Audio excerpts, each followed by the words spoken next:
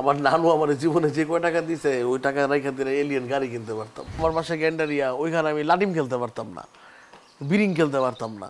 আমার কাছে কোনো কিছু চ্যালেঞ্জ নাই। ওই ঈদের মধ্যে কি সিনেমা টিনেমা দেখতে গেছিলেন? সিনেমা দেখতে যাই নাই, যাবো, চিন্তা ভাবনা করতেছি যাবো। কোন সিনেমা দেখতে যাবেন?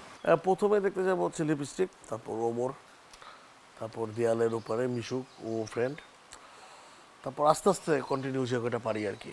ঈদের মধ্যে আপনার বাসায় চলে এসেছে, আপনার কাছ থেকে আসলে জানতে চাই ঈদটা আপনার কেমন কাটলো? এটা মানে বেসিক্যালি আমার বাসা না, এটা আমার আমার আম্মার বাসা, এটা আমার নানি বাড়ি। ঈদ বরাবর আমরা এখানেই করি। আচ্ছা, তো এটা আমার জন্মস্থান। এখানে না আসলে ঈদটা আসলে পরিপূর্ণতা পায় না। ঈদ মানে কি আপনার কাছে? মানে ঈদ মানে হচ্ছে হলো ধরেন সবার সাথে একসাথে সময় কাটানো, সব কিছুকে বাইরে রেখে নিজের পরিবারকে সময় দেওয়া। এবারের ঈদটা কিভাবে কাটালেন? আমাদের ঈদটা বেসিক্যালি আমরা খুব, ঈদ না যে কোনো ফেস্টিভ্যালই খুব, আমরা আমাদের আব্বাকে মিস করি। 3 বছর যে 4 বছর পড়লো, কিন্তু কখনো 2 সেকেন্ডের জন্য মনে হয় না আব্বা মারা গেছে। তো আব্বুকে প্রচুর মিস করি, এটা হচ্ছে ব্যাপার। আর নামাজ পড়ে তার জন্য দোয়া করা, আর তারপরে যে নানু বাসায় এসে পড়া, মাইন্ডটাকে ডাইভার্ট করার জন্য। 1, 2, 3 ঢাকায় জমি জিতে নিন 100% ক্যাশব্যাক সহ 20 কোটি টাকার পুরস্কার। আপনার ছোটবেলার ঈদ কেমন কাটতো?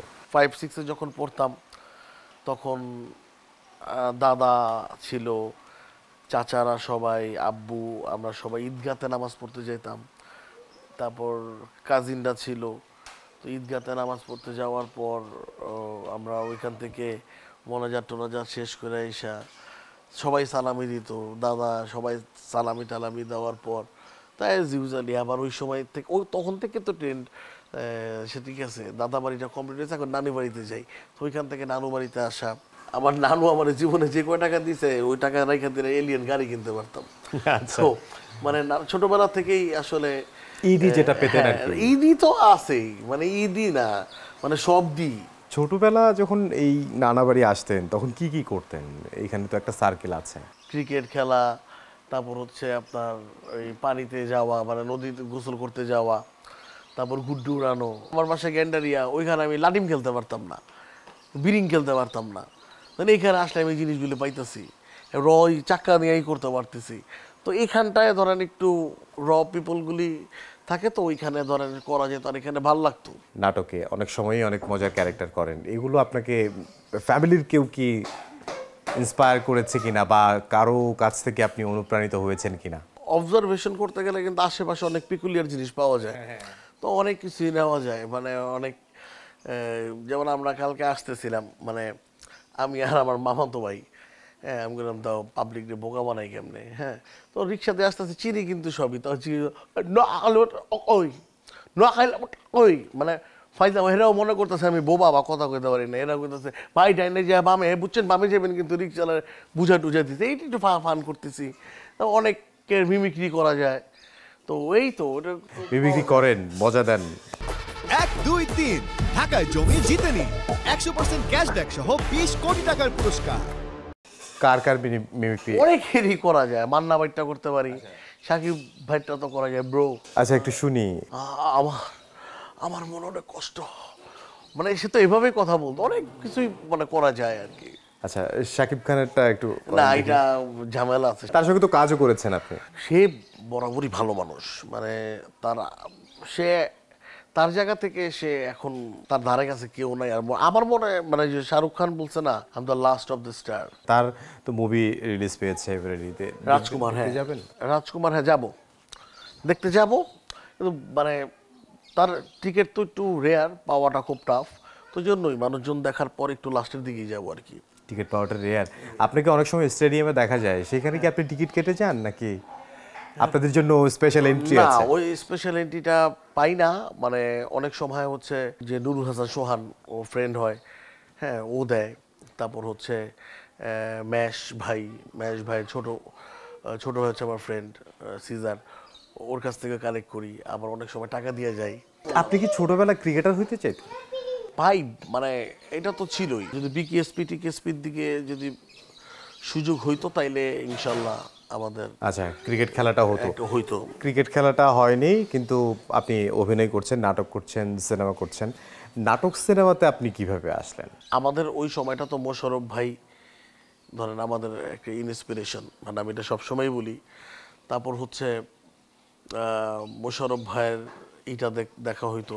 তারপর কেমনে কেমনে জানি আমি ধরেন কলেজ লাইফে যে থিয়েটারের সাথে ইনভলভ হয়ে গেলাম। থিয়েটারে ইনভলভ হয়ে যাওয়ার পর আর কি ওইখানে ধরেন সুযোগ দিত না। তারপর ওইখান থেকে বললাম দাঁড়া তোরা সুযোগ দিবি না, ওইখান থেকে টেকনিক্যালি আমি লোকনাট্য দলে ইনভলভ হইলাম। তো ওইখান থেকে ওইটাও রেগুলার করলাম না, আমি বললাম না এইগুলি করে করা যাবে না। তারপরে আস্তে আস্তে আস্তে আস্তে আস্তে আস্তে আমি ধরেন সরার ভাইয়ের টিমের সাথে ইনভলভ হইলাম, আদনান ভাইয়ের বিজ্ঞাপন করলাম। তারপর দেখলাম না এই জায়গায় তো ভাই করা সম্ভব না, এই মানে সিন্নি কম ফকিন্নি বেশি। তো ওইখান থেকে দেখলাম তারপরে সে রাফাত ভাই, বান্না ভাই, তখন তাদের ওইখানটা থেকে তারা ওই সময় খুব ভালো ভালো কাজগুলি করে। তারপর মানে রাফাত ভাইয়ের ফার্স্ট সিরিয়াল, বান্না ভাইয়ের ফার্স্ট সিরিয়াল, ওইগুলি আমি আবার করা, আমি লিড কাস্টিং প্লে করছি। ওইখান থেকে তারা আমাকে ওই সুযোগটা দিছে আর কি। সিনেমাতে কিভাবে ইনভলভ হলেন? সিনেমার ব্যাপারটা কি, যখন আমরা নাটকে যখন কাজ করি না, তো সিনেমার অফার পাওয়া যায়। তো সিনেমার অফার ধরেন আপনার প্রতি মাসে 2-4টা করে আসেই। আমার ফার্স্ট সিনেমা যেটা করছিলাম সেটা হচ্ছে অংশু ভাইয়ের একটা সিনেমা, বাট সেটা রিলিজ হয় নাই। তারপর করলাম হচ্ছে হলো আপনার লিডার আমি বাংলাদেশ, এটা আমাদের নাটকের ডিরেক্টর ছিল তপু খান ভাই। তারপরে হচ্ছে আপনার আরেকটা করলাম হচ্ছে আজাদ আদর, সাইমন ভাই, তো রাহাত আন্না খান, সাইফ চন্দন ভাইয়ের একটা মুভি। আপনি তো যেই টাকা ইনকাম করেন এর থেকে আবার যারা অসহায় আছেন তাদেরকে ওইটা চেষ্টা করি আর কি, মানে ওইটা আম্মাও বলে ব্যাপার হচ্ছে এগুলি প্রকাশ করো না, আর আমি এটা ইন ফিউচার আর করবো না, মানে যেটাই যায় বা যত যাই যায় মানে কেউ না জানুক। না, একটা বলেছিলেন যে আপনার আব্বুর নামে একটা এতিমখানা করবেন। এইটা ইচ্ছা আছে এবং এটা করা যে খুব একটা টাফ জব এখনকার সিচুয়েশন। যখন আমি আপনাকে বলছিলাম তখন ব্যাপারটা খুব কঠিন ছিল, বাট এখন আমার জন্য খুব একটা কঠিন হবে না। কোন জিনিসটা সবচেয়ে বেশি ফেস করেছেন, চ্যালেঞ্জ কোন জিনিসটা আপনার কাছে মনে হয়েছে? আমার কাছে কোনো কিছু চ্যালেঞ্জ নাই, মানে চ্যালেঞ্জ বলতে কোনো শব্দই আমার কাছে নাই। আমি আপনার সেম কথাটা আমি মোশাররফ ভাইরে জিজ্ঞেস করছিলাম। একটা সিরিয়াল করতেছিলাম ল্যাম্প পোস্ট, ওইখানে আদর আজাদু ছিল। তো মোশাররফ ভাইরে বলছিলাম ভাই এই অবস্থা কি করবো, বাতাস তো ঘোরে না ভাই। কয় একটু এবার না বাইতে গরম ভাত পাস। আমি বললাম আমি গরম ভাত খাইতারি না, আমার আমি ঠান্ডা ভাতই ভালো লাগে, বুঝছ না, মানে বাসায় গেলে ভাত রেডি পাস। হ্যাঁ, ওই যে চালার যে হোন্ডা তেলকে দেয়, বাসার থেকে এই অসুবিধা হয় না, টাকা পয়সা দেয়, লাইগা থাক হয়ে যাব। এইখান থেকে যদি কেউ চিন্তা করে না বাসা বাড়ি করবো বা আমি এইখান থেকে প্রাড়ও কিনবো, হ্যারিয়ার কিনবো, এটা হইতেছে ধরেন অকল্পনীয় একটা ব্যাপার। কারণ 100 জনে একজনের মিলে 2 জনের মিলে, আর এখানে কাজ করা হইলো ধরেন জীবনের সাথে জুয়া খেলা। তারপরে মিডিয়াতে কাজ করা জুয়া খেলার মতো, আপনার মানে জীবন কারো নিয়ে জুয়া খেলা, কারো হবে কারো হবে না। তারপর তো সিস্টেম আছে ধরেন উগ্রতা, হ্যাঁ আমার বাপের প্রচুর টাকা, হ্যাঁ আমি হেরোম, মানে এই টাইপের লোক তো আর হইব না। কাদের হয় যারা ঠিক আছে আচ্ছা মানে পোলাইট, হ্যাঁ একটা কথা একটু বিনয়ী হতে হবে এবং নিজেকে ডেডিকেটেড দেখাতে হবে যে হ্যাঁ আমি নিজের কাজের জন্য ডেডিকেটেডের জায়গাটা ধরেন আমি এখনো বলি আপনার তো বান্নাবের সাথেও তো ট্যাগ করা। বান্নাব যখন প্রথম সিরিয়াল করতাম 9.5, সে বলতো কি তোর কোনো ডেট মেট নাই, তোর 7 দিনই ডেট। দেখতাম 2-3টা করে সিকোয়েন্স দিত, আর তসিফের ডেট নিত 2 দিন, বা ধরেন সালমানের ডেট নিত 2 দিন, কিন্তু এই 2 দিনে সে পুরাটাই ধরেন 10টা-12টা করে সিকোয়েন্স করতো।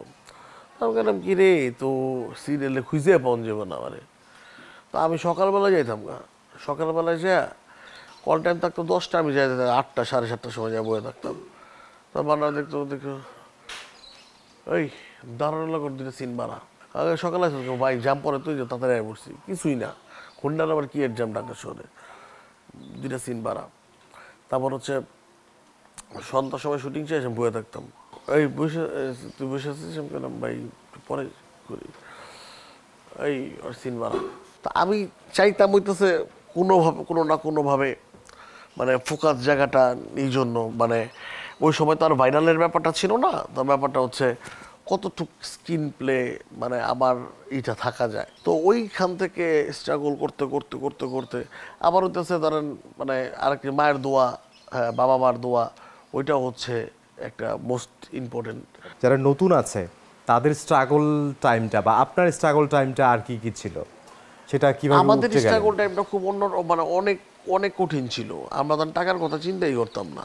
আমাদের কত হইতেছে মানে ঈদে কয়টা নাটক যাবো আগে চিন্তা করতাম, ঈদে কতক্ষণ যাওয়া যাবে দেখ কয়টা বছর অভ্যাস সাথে করা যায়, তাসান ভাইয়ের সাথে করা যাবে, অপূর্ব ভাইয়ের সাথে তো সিঁড়ির সুযোগই থাকতো না।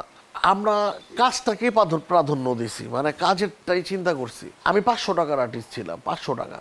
আমি আমার রেমুনেশন কোনো সময় নিজে নির্ধারণ করি নাই, অটো বাড়ছে একদম অটো, মানে বলতে বলতে এনে এনে এমনি বাড়াইছে। এখন যারা স্ট্রাগল করছে তাদের মধ্যে কি এই গুণগুলো দেখতে পান কিনা? কই থেকে ভাই এইগুলি তো মনে করেন ধরেন সব তো মাম্মি ড্যাডিসন, স্ট্রাগল তো দূরের কথা, ওরা নাই, ওদের থেকে গ্রামের ছেলেগুলো আরো ভালো করতেছে। তারা স্ট্রাগলটা কম করতে চায়, Struggle- ভাইরাল হওয়ার একটা চিন্তা ওরা ভাবনা তো থাকে ধরেন শুধু। ভাইরাল যদি ধরেন আপনার মানে যে কোনো ভাবে ভাইরাল হইতে পারলে ভাইরাল হইব, দেখতেছেনই তো অনেকভাবেই তো মানুষ অনেক কিছু করতেছে। ফিমেল 4 বা হোটেল রিল্যাক্স করেছেন, আরো বিভিন্ন কাজ আপনি করেছেন অমি ভাইয়ের সঙ্গে, সেটার অভিজ্ঞতা যদি কি বলতেন আসলে? তার টিমটা হচ্ছিল আগুন একটা টিম। ধরেন অমি ভাই বলবেন বা পলাশের কথা বলবেন, শিমুল শর্মা বা তহিদ, যার কথাই বলবেন, মানে সবাই হচ্ছে ধরেন অমি ভাইয়ের চাহনি বুঝে, সে কি চায় সেটা বুঝে। অমি ভাই খুব ধরে ধরে কাজ করে, তার যদি ধরেন কোনো সিন ভালো না লাগছে সে আরও 10বার টেক নিতে রাজি আছে, সেটা চিন্তা করবেন। এবং সে মানে এটা আমার কাছে মনে হয় আমি সে ধরেন একটা কাজ ভালো হওয়ার জন্য করে, এতে যদি 2 দিন শুটিং বেশি হয়, তার যদি 2 লাখ লস হয় সেটা সে চিন্তা করে না। অমি ভাইয়ের নাটক বা ওয়েবে পাসিং দেওয়ার জন্য অনেক আর্টিস্ট ধরেন প্রমিনেন্ট আর্টিস্ট দাঁড়ায় আছে, ভাই আমি না, এই যদি কলা গাছের দিয়ে অ্যাক্টিং করাইতে পারবে এরা, তারা ওইটাছে অর্গানিক ব্যাপারটা তারা সবসময় করে, মানে করো মানে এন্টি কেন ব্যাচেলার পয়েন্ট আপনি দেন না, ব্যাচেলার পয়েন্ট আপনি 100 বার দেখবেন 100 বার ভালো লাগবে। ফিমেল 4 আপনি ফিমেল 1 দেখার পর 2 না দেখলে আপনার শরীর চুল গাইব, 2 দেখার পর 3 না দেখলে আরও ভালো লাগবো না। আপনি তো সমালোচনার শিকার হয়েছেন, সেগুলোকে কিভাবে ট্যাকেল দেন? ওই চুপচাপ থাকি, কোনো কথাবার্তা বলি না, মানে কেউ কিছু বললে ঠিক আছে বল।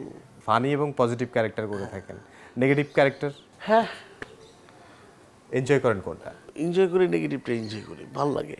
Negative character. হ্যাঁ আমি তো দীপজল ভাইয়ের অনেক বড় ফ্যান, এই হ্যাপি লাগে, ওনার সেন্স অফ হিউমার খুব মানে মজার। যেমন কালকে রাত্র দেখাইতেছিলাম, ভয়ঙ্কর বিষয় একটা ছবি আছে, তো ওই ছবির ভিতরে সোহেল রানা স্যার বলতেছে বিশু তোর লোক একটু কথা আছে, হ্যাঁ রাখ বইয়ের অর্ডার টিল্লে লই, তো দেখ ক্যাশ কাউন্টারে দেখে একটা তাজমহল, যে ওই সাদা বাড়িটা কত, এটা সাদা বাড়ি না এটা তাজমহল, হইলো একটা, আরেকটা কাস্টমার নিয়ে নিছে, আপনার 3 গুণ টাকা দেবো, এটা আমার দেন, কারণ এটা আমার ওয়াইফ বলছে দিব দিব না, কিন্তু দেখতে পারি, দেখে দাম করে ফালাই দিল, তুই এটা কী করলি, যেটা আমার হইব না কারো হইতে বা দিব না। তো মানে তার এগুলি খুব ভালো লাগে, এবং সে যখন পজিটিভ ছবিগুলি করছে দেখেন আপনি চাচ্ছু দাদিমা কোটি টাকার কামি, আমি মুভি দেখতাম তো অনেক, ওইগুলো খুব ভালো লাগতো। আপনিও ভালো থাকবেন, খুব ভালো লাগলো আপনার সঙ্গে কথা বলে।